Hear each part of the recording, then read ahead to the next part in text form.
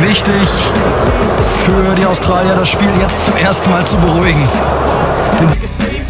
Demi meningkatkan performa dan membuat timnas Indonesia semakin berprestasi, PSSI selaku federasi telah melakukan berbagai upaya dan salah satunya dengan melakukan program naturalisasi pemain keturunan. Program naturalisasi pemain sebenarnya bukan suatu hal yang asing untuk timnas Indonesia. Sebut saja Christian Gonzalez, Diego Michels, Stefano Lillipali, Ilija Spasojevic hingga Mark Klok pernah menjadi bagian penting untuk skuad timnas Indonesia.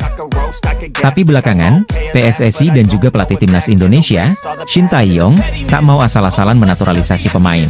Kini sejumlah pemain top berlabel Grade A seperti Jai Idzes, Martin Paes, Kelvin Verdong hingga Tom Haye mewarnai skuad timnas Indonesia. Tak cukup sampai di situ, sampai sekarang pun PSSI masih terus menambah amunisi untuk timnas Indonesia dengan berburu pemain keturunan. Meski sudah cukup gencar membujuk banyak pemain keturunan Indonesia untuk merubah kewarganegaraan jadi WNI, ternyata ada beberapa pemain yang justru menolak tawaran sari PSSI. Berikut ini daftar pemain keturunan yang sempat menolak tawaran membela timnas Indonesia. Pertama ada salah satu pemain andalan milik klub asal Denmark, FC Copenhagen yakni Kevin Dix. Kevin Dix merupakan pemain berdarah Indonesia Belanda yang berposisi sebagai pemain bek kanan. Kabarnya, PSSI sempat melirik Kevin Dix pada awal Februari 2022. Namun, Kevin menolak tawaran tersebut karena alasan keluarga.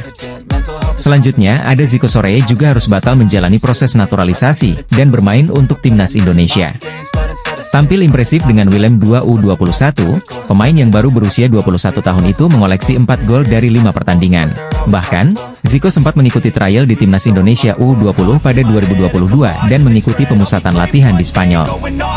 Namun, setelah melihat performa Soreye yang gagal mencetak gol dalam 3 laga uji coba, Shin Tae-yong memutuskan untuk mencoret Soreye dari daftar calon pemain naturalisasi. Pula diproyeksikan untuk mengisi lini depan Indonesia sehingga membuat daya gedor timnas Indonesia semakin kuat. Pemain berusia 23 tahun ini memiliki keturunan Indonesia dari sang nenek yang lahir di Medan, Sumatera Utara. Romeni sendiri kabarnya telah melakukan kontak dengan Ketua Umum PSSI Erick Thohir untuk kemungkinan tampil bagi skuad Garuda. Pemain muda asal Belanda ini membuktikan kecintaannya terhadap timnas Indonesia. Ia bahkan sampai membuat tato Garuda di lengannya. Selain itu, pemain yang berposisi sebagai winger ini mengaku jika dirinya masih punya hubungan saudara dengan bintang timnas Indonesia, Nathan Choyaon. Minat sejumlah pemain keturunan di Eropa semakin meningkat untuk memperkuat timnas Indonesia seusai prestasi yang diberikan oleh skuad ST. Bagaimana tidak, kans timnas Indonesia besutan Shin Tae-yong untuk melaju ke putaran final Piala Dunia 2026 masih terbuka lebar.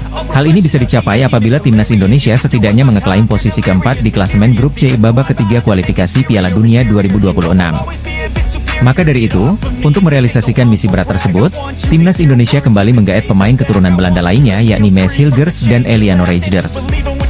Keduanya berpeluang bisa tampil ketika timnas Indonesia bertandang ke Bahrain dan Cina dalam lanjutan babak ketiga kualifikasi Piala Dunia 2026 bulan depan. Melihat fenomena kesuksesan para penggawa keturunan Eropa di timnas Indonesia, terdapat sejumlah pemain khususnya dari Belanda yang ikut berminat bela skuad Garuda. Salah satu pemain keturunan di Eropa yang berminat gabung timnas Indonesia ialah Kenan Paunal, winger milik klub Liga Belanda Duindorp SV. Sebelum pindah ke Duindorp SV pada musim ini, Kenan Paunal sebelumnya bermain untuk klub kasta ketiga Liga Belanda SVV Scheveningen sejak level junior. Bersama SVV Scheveningen, ia telah memperkuat tim itu sejak usia 5-6 tahun dan sempat pindah cabang olahraga menjadi atlet karate di negaranya selama 5 tahun. Namun, Kenan Paunal kembali menekuni dunia sepak bola ketika berusia 13-14 tahun dan bergabung bersama SVV Scheveningen U15, U17, hingga U17 sebelum akhirnya tampil untuk tim kedua di klubnya itu. Meski terampil memainkan peran sebagai winger kiri ataupun kanan, namun Kenan Paunal cukup kesulitan menembus tim utama SVV Scheveningen hingga membuatnya pindah ke Duindorp SV. Di sisi lain, Kenan Paunal mengungkapkan jika dirinya menaruh minat untuk membela timnas Indonesia suatu saat nanti. Ia bahkan menyematkan bendera merah putih di Instagramnya. Bukan cuma itu, Kenan Paunal juga sampai membuat tato bergambar Garuda di lengannya sebagai bukti kecintaannya terhadap tanah leluhurnya. Melansir dari kanal YouTube Kumparan, Kenan Paunal mengakui jika dia masih punya garis keturunan Indonesia dari kakek neneknya yang asal Jakarta dan Surabaya. Ayah saya lahir di Belanda, tapi kakek nenek saya lahir di Indonesia. Kakek saya lahir di Jakarta dan nenek saya lahir di Surabaya, kata Paunal.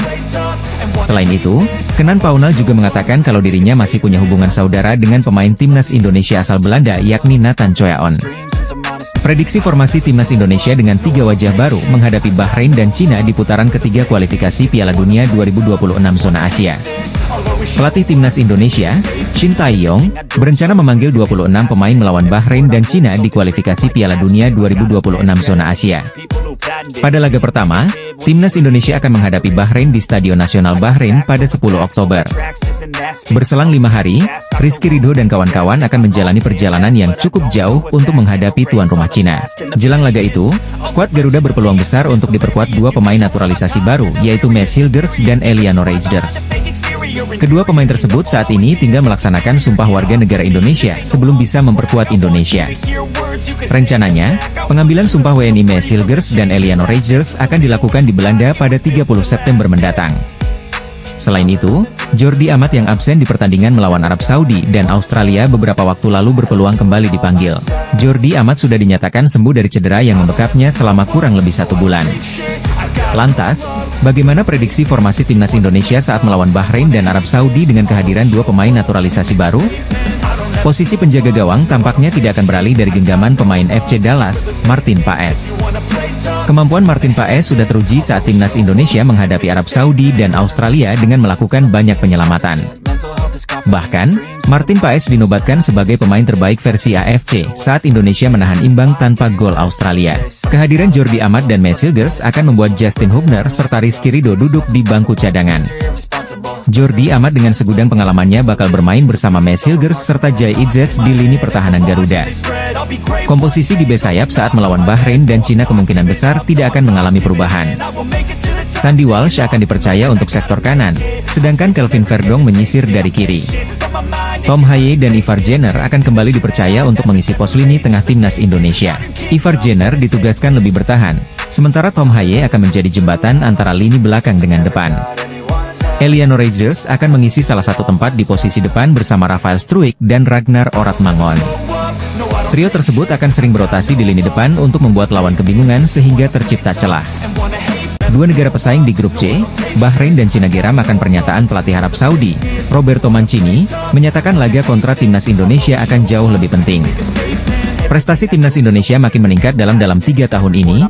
Shin Tae-yong berhasil membawa timnas Indonesia lolos putaran ketiga kualifikasi Piala Dunia 2026 zona Asia. Sebelum itu, pelatih asal Korea Selatan itu sukses membawa timnas Indonesia U24 menembus semifinal Piala Asia U23, meski gagal lolos ke Olimpiade 2024 Paris. Dia juga membawa timnas senior memberi kejutan di gelaran Piala Asia 2023 dan lolos ke babak 16 besar dengan mengalahkan tim-tim unggulan. Kualitas tim Garuda yang terus meningkat, tak ayal banyak yang pandit yang mengatakan bahwa timnas Indonesia saat ini memiliki level tinggi, dan dapat bersaing dengan negara-negara kuat seperti Korea Selatan, Jepang, dan Australia. Bahkan, pandit senior coach Justin menyebut bahwa level skuad asuhan Shin Tae-yong saat ini bukan lagi Asia Tenggara, melainkan Asia. Seperti diketahui, timnas Indonesia saat ini sedang fokus melakoni 8 pertandingan tersisa di kualifikasi Piala Dunia 2026 zona Asia. Timnas Indonesia memberi kejutan dengan menahan imbang Australia dengan skor 0-0. Pasukan Shin Tae-yong juga mempertahankan rekor tak terkalahkan, setelah pada laga sebelumnya bermain imbang juga menghadapi Arab Saudi dengan skor akhir 1-1. Dari 2 pertandingan melawan Arab Saudi dan Australia, skuad Garuda berhasil mengamankan poin 15,44 hingga membawanya naik peringkat pada ranking FFIA jadi ke-129, sebelumnya 132. Performa apik dan hasil positif yang diraih timnas Indonesia sejak kedatangan Shin Tae-yong ini membuat sepak bola Indonesia jadi sorotan internasional.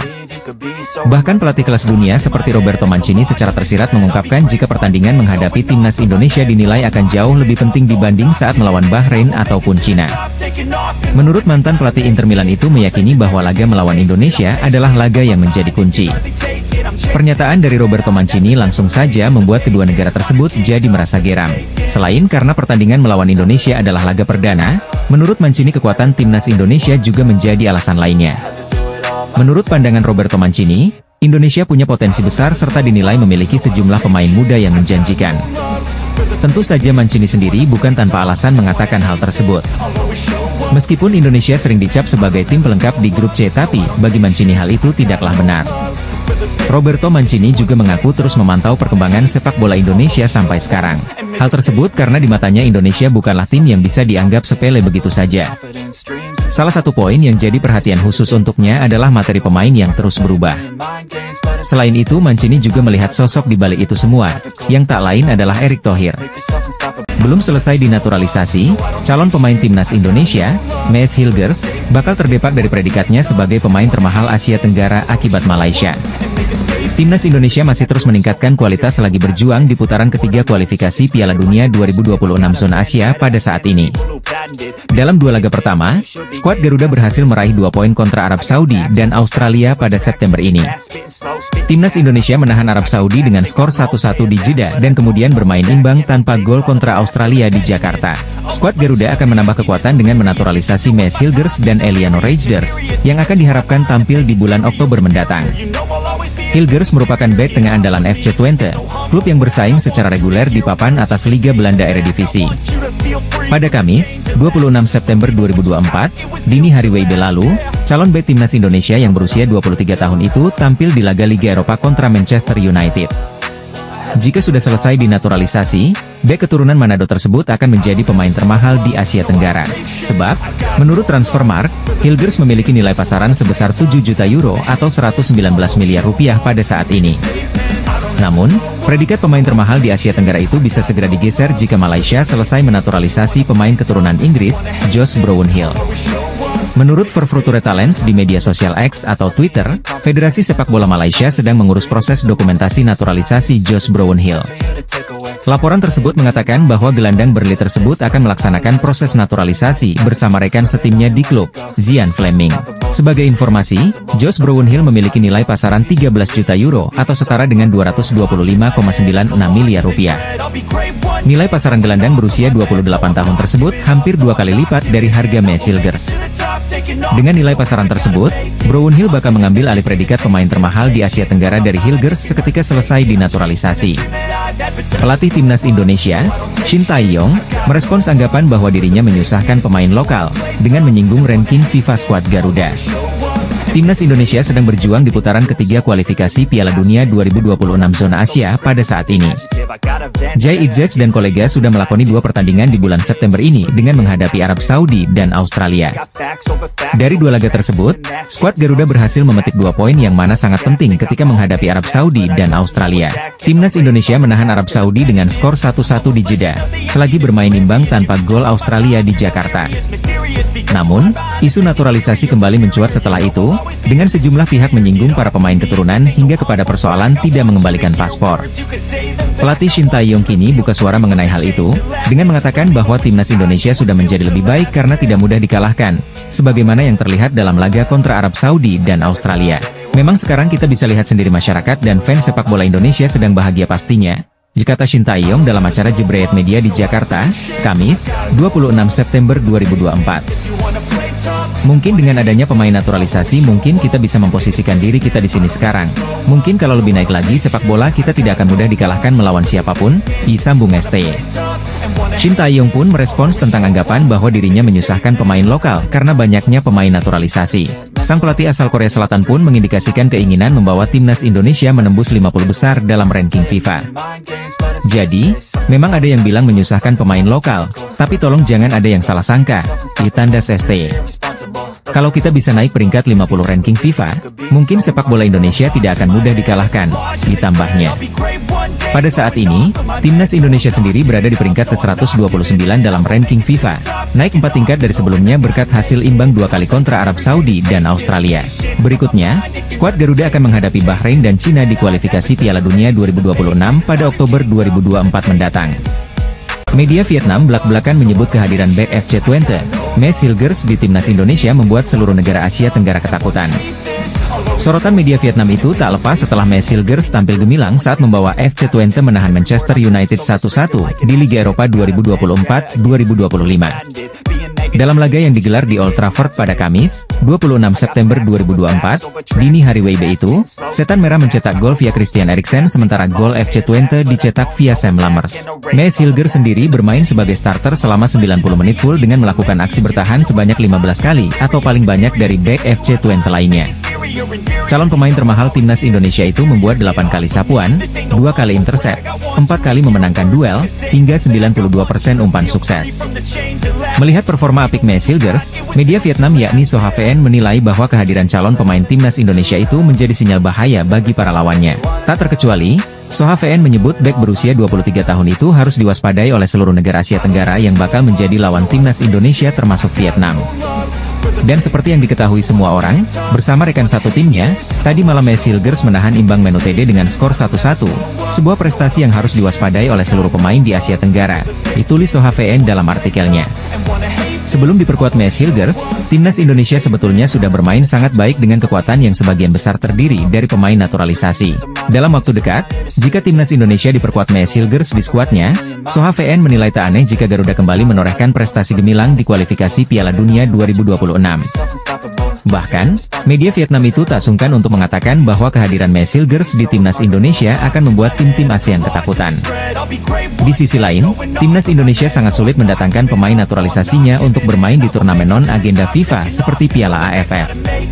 Terlepas dari hal itu, proses naturalisasi Maes Hilgers dan Eliano Reijnders ditargetkan akan rampung sebelum 3 Oktober 2024. Mereka diproyeksikan untuk tampil membela timnas Indonesia saat bertandang ke markas Bahrain dan Cina pada 10 dan 15 Oktober 2024 dalam lanjutan kualifikasi Piala Dunia 2026 zona Asia.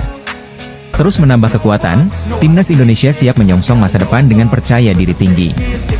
Kini, tak ada lagi yang berani memandang remeh skuad Garuda.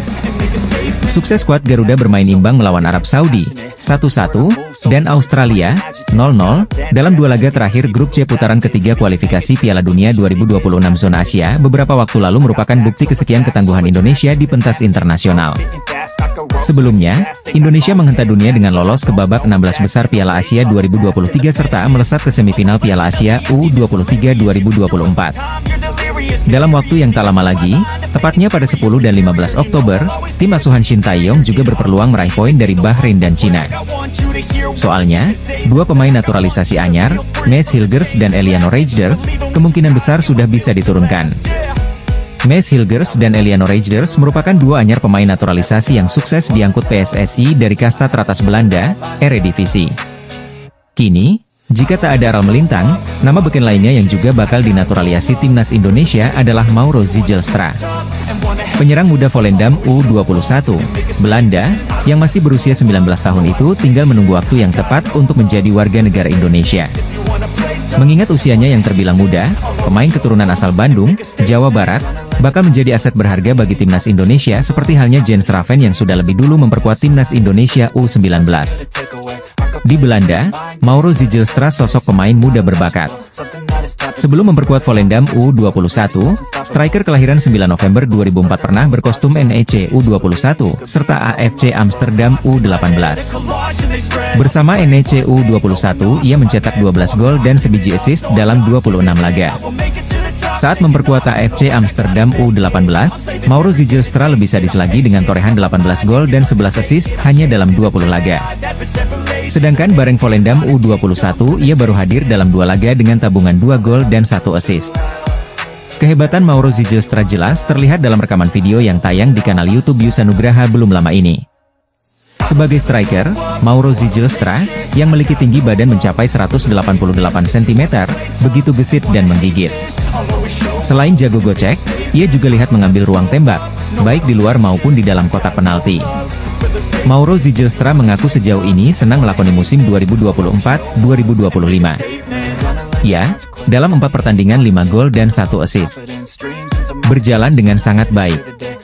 Ini salah satu awal musim terbaikku, kata Mauro Zijlstra. Mauro Zijlstra juga bangga, karena dalam 4 laga ia selalu dipercaya sebagai starter dan tak tergantikan sepanjang pertandingan. Sangat bagus bagiku. Aku memang dalam kondisi yang sangat fit. Pelatihku tentunya puas melihat performaku karena aku selalu mencetak gol, imbuhnya. Setahuku, hanya ada satu pemain lagi yang selalu mencetak gol selain aku. Aku punya kontribusi gol yang sangat tinggi di tim, kata Mauro Zijlstra. Kini, Mauro Zijlstra berharap bisa secepatnya naik pangkat ke tim senior Volendam. Saya belum mendapatkan kesempatan itu. Jadi, untuk sementara aku harus bermain bagus di tim muda karena kesempatan itu pasti akan datang, kata Mauro Zijlstra. Bagaimana dengan timnas Indonesia? Mauro Zijlstra bernazar akan mencetak banyak gol jika kelak memperkuat timnas tanah leluhurnya. Pastinya akan seperti itu, ditandas Mauro Zijlstra dengan nada mantap penuh keyakinan. Mauro Zijlstra mengamini kalau dirinya sudah melakukan komunikasi dengan PSSI. Hanya saja, ia belum bisa memastikan kapan akan segera dinaturalisasi. Tentunya sudah ada kontak dengan PSSI. Saat ini mereka lagi periksa semua dokumen. Jadi untuk sementara aku harus menunggu, ujarnya. Jika sudah ada kepastian dari PSSI, maka tanpa buang waktu sang wonderkid langsung terbang ke Jakarta. Sekretaris Jenderal Federasi Sepak Bola Belanda alias Sekjen KNVB, Gids de Jong menyebut timnas Indonesia tidak akan menjadi raksasa yang tertidur lagi, melainkan raksasa yang seutuhnya. Hal itu diungkapkan Gids de Jong setelah menandatangani MOU atau kesepakatan antara PSSI dan KNVB terkait kerjasama di bidang sepak bola, Rabu, 25 September 2024. Ketua Umum PSSI, Erick Thohir menyambut hangat tawaran kerjasama yang diberikan KNVB untuk percepatan prestasi sepak bola Indonesia. Menurut Erick, konsistensi prestasi juara Piala Eropa 1988 itu dan pembinaan terstruktur di berbagai level usia pemain di Belanda, menjadi dasar kolaborasi antara dua federasi yang memiliki hubungan historis panjang. Kami terus berusaha untuk membangun sepak bola Indonesia dengan kolaborasi bersama pihak lain. Hari ini, PSSI menjalin kerjasama dengan Federasi Sepak Bola Belanda atau KNVB dalam beberapa bidang, kata Erick Thohir di Instagram pribadinya. Bentuk kerjasama itu dimulai dari peningkatan kualitas pelatih, pengembangan talenta junior maupun senior dan juga sepak bola wanita. Erick Thohir pun mengucapkan terima kasih kepada pihak KNVB yang mau membantu kemajuan sepak bola Indonesia di berbagai kelompok umur. Terima kasih untuk Sekretaris Jenderal KNVB, Gids de Jong yang sudah menganggap kami seperti keluarga dan sharing tentang bagaimana sepak bola di Belanda bisa maju seperti saat ini, kata Erick Thohir. Semoga sepak bola Indonesia dan Belanda bisa mendapat banyak manfaat dari kerjasama ini, ditambahnya. Sementara itu, Gids de Jong juga memberikan tanggapan positif terkait kerjasama yang akan dibangun oleh kedua belah pihak. Sekjen PSSI-nya Belanda itu yakin bahwa dengan sejumlah program yang dicanangkan oleh Erick Thohir dan jajarannya akan membawa kemajuan Indonesia. Bahkan, Gids de Jong memastikan bahwa timnas Indonesia yang sebelumnya dijuluki raksasa yang tertidur, kedepannya akan menjadi raksasa seutuhnya. Menurut saya Indonesia secara umum adalah raksasa yang tertidur, kata Gids de Jong. Dan dengan rencana yang Erick Thohir paparkan, Indonesia dipastikan tidak menjadi salah satu raksasa tertidur, tapi menjadi raksasa seutuhnya. Ditambahnya lagi, timnas Indonesia sendiri menjadi perbincangan hangat dunia usai sukses mengimbangi dua tim elit Asia yakni Arab Saudi 1-1 dan Australia 0-0. Dua hasil imbang itu membuat timnas Indonesia berada di posisi keempat pada klasemen sementara grup C putaran ketiga kualifikasi Piala Dunia 2026 zona Asia. Striker asing yang saat ini membela tim Liga 1 di Indonesia Persib Bandung, David da Silva mengungkapkan keinginannya untuk mengenakan jersey timnas Indonesia di bawah bimbingan pelatih kepala Shin Tae-yong. Striker asal Brasil menyebut berkiprah untuk Indonesia bagaikan mimpi, dan ia berdoa semoga mimpi membawa nama Indonesia di kancah internasional bisa terwujud suatu saat nanti. David da Silva tampil sebagai top scorer Liga 1 musim lalu setelah mencatatkan 30 gol dan 26 assist untuk membantu Persib Bandung menjadi juara. Ditulis media Malaysia Makan Bola, Rabu, 25 September 2024. Menurut da Silva keberhasilan yang diraih sebagai top scorer ini sangat berarti dalam hidupnya yang juga merupakan hasil kerja keras sepanjang karirnya sebagai pesepak bola. Ini akan menjadi penghargaan paling berarti dalam hidup setelah saya bekerja keras untuk sukses. Ini, kata mantan pemain Trengganu FC itu kepada Transfermarkt Indonesia saat menerima trofi tersebut. Disinggung soal masa depannya di Indonesia, David da Silva berharap bisa membuka mata Shin Tae-yong agar memberinya kesempatan mengenakan jersey Sang Garuda. Saya rasa saya akan menetap di sini, Indonesia, dan saya berharap bisa bermain untuk tim nasional juga, kata David da Silva. Saya ingin memakai jersey Indonesia. Hai Shin Tae-yong, saya di sini. Saya rasa timnas perlu mencetak lebih banyak gol, ujarnya sambil tertawa. Ini adalah mimpi. Kita harus memimpikan sesuatu yang tinggi.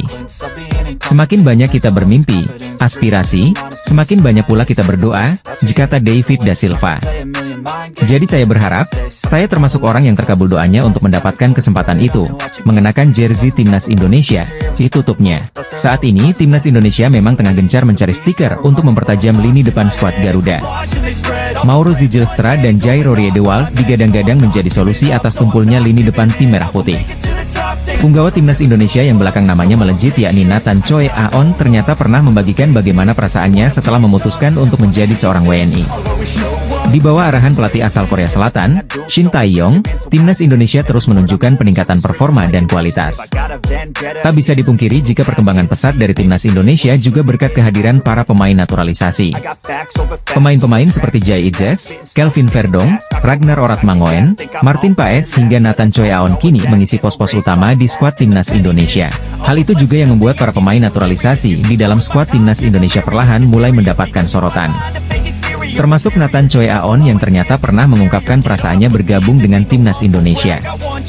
Hal itu ia sampaikan saat dirinya diwawancarai oleh salah satu media dari Inggris, BBC. Pemain yang saat ini bermain untuk klub Swansea City, itu mengatakan satu hal luar biasa yang ia rasakan setelah bergabung dengan Timnas Indonesia. Bagi Nathan, fans Indonesia adalah fans luar biasa dan sangat totalitas mendukung mereka. Pertama kali datang ke stadion sungguh menyenangkan. Kamu bisa melihat semua penggemar dan dukungannya. Dan tentu saja yang kami lakukan ini untuk membuat mereka bangga. Sungguh luar biasa, sungguh menyenangkan, kata Nathan Choi Aon ke media BBC. Meskipun dirinya mengawali karir di Belanda, Nathan mengaku kalau kali ini dirinya baru merasakan dukungan yang begitu luar biasa dari supporter.